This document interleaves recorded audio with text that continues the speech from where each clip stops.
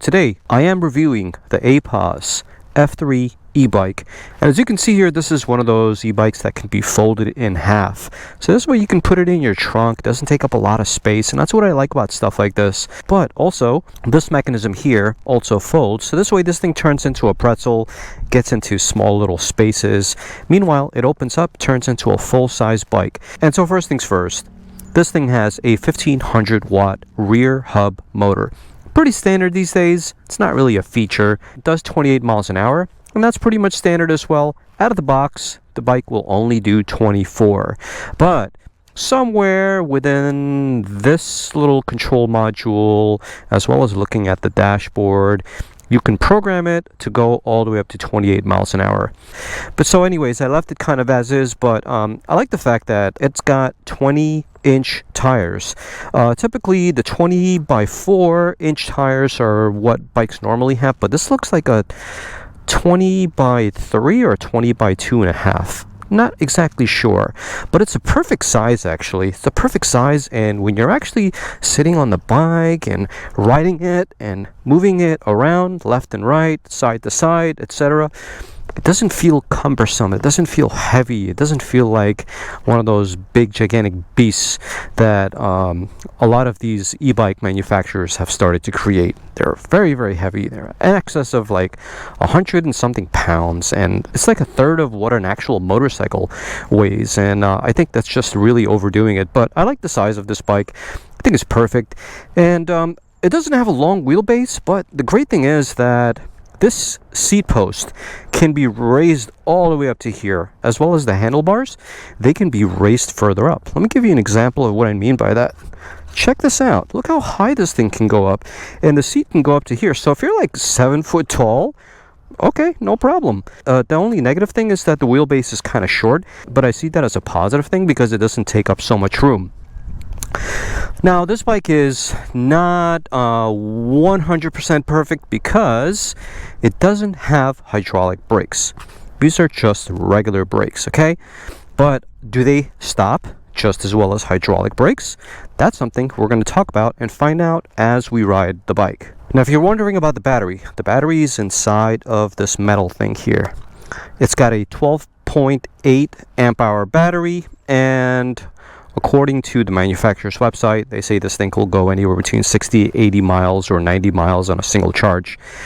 Don't ever believe anything that the manufacturer puts on their website. It may or may not do 80, 90 miles on a single charge. Most likely it won't. But I can say comfortably, if you ride somewhere like I do here in San Diego with lots of hills, and you're not going to be doing like 3-4 miles an hour. You're going to ride it like a normal person riding an e-bike. You're not going to use the pedals mostly.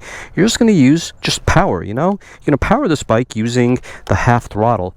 I would say that if you can get like 25 to 30 miles on a single charge, I think that's very, very positive. So that's going to be my estimation of how many miles you can actually get on this bike. 25, 30.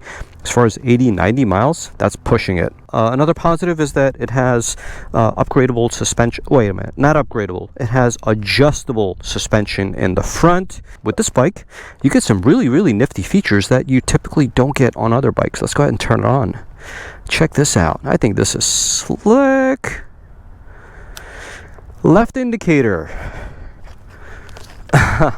Goes left. It's not super bright, okay? It's not very bright, but still, I think it's pretty cool.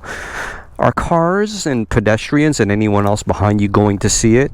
I don't know. I think at night they will, but during the day, I don't know how bright this is and how much this illuminates from behind you, especially during the day. Yeah, you see, look, I'm far away. That's difficult to tell, but at night, I think it'll be a lot more obvious. So it does have front and left and right indicators, but in the front there's no indicators. So kind of gimmicky if you ask me. If it was brighter, it would make a lot more sense, but it does have a bright light in the front. Very bright. Okay, so there you go. Even during the day, super bright. Honk. That's pretty slick. And you get Shimano shifter, real or fake, who knows, who cares, but it works. It's pretty much standard these days. And then you also get pedal assist. You get 5 pedal assist, and right now we're going to put it all the way to pedal assist number 5. Riding this bike, Yeah, super smooth. Really, really, really smooth. The suspension does a pretty good job. And I think having the 20 by anywhere between 2 and 3 inch tires, I don't think they're 20 by 4s, but I think they're like, let's just say 20 by 3 tires. They do a pretty good job of softening up the bumps. Like right now I'm going through small little bumps here and there, you know, sidewalks, they have little cracks and things here and there. And I don't really feel it. Feels really, really supple. Feels like I'm riding a really nice, comfortable bike with a really soft suspension. Not exactly sure how it would behave if you go through really terrible terrain. Let's see if we can take it on the grass, see what it feels like. Alright, so here's the grass. Doing a little off-roading action here. Yeah, okay, that's not too bad. On the grass, it's pretty soft as well. Everything good on my end. As far as the motor is concerned, it's got a 1500 watt motor, does about 28 miles an hour as I mentioned, but how much power does the motor have? Well, it propels me from 0 to 22 miles an hour, 24 miles an hour pretty quickly. Don't feel it lacking at all. Right now I'm doing about 23.5 miles an hour. I think that's where it's capped. So if you go in the manual and figure everything out, you can bump it up to 28 miles an hour as its maximum speed. Now I'm doing 24.1. But speed aside, which obviously you can increase it to 28 miles an hour, I love the fact that this feels super flickable. Like really, it really does. Like it's one thing I love, whether it's a regular bike or a motorcycle for that matter. I like something that's nice and flickable, and this is a very, very flickable bike. Normally these e-bikes, it's a hit or miss. Sometimes they feel like tanks because they weigh about 100 pounds, so the power to weight ratio is meh. You know, like sometimes you're like, all right, this is great, and other times you're like, I don't know if I like it. But the power to weight ratio on this bike is legit. It doesn't have a ton of power. It's got 1500 watts. I would say that anywhere between 1000 to 1200 to anywhere up to 1500 is pretty normal, right? And then when you combine it with the weight, which I don't know off the top of my head, but I'll put it in the caption. I'm just going by how the bike feels, because you know, at this point I've ridden dozens of these e-bikes. I've ridden so many bikes that now I have a pretty good idea in my mind of what makes a good e-bike and what doesn't. And the qualities that make this a good e-bike are all here for me to talk about. One thing that doesn't feel quality to me are the brakes, as I mentioned before. The brakes are just rudimentary brakes.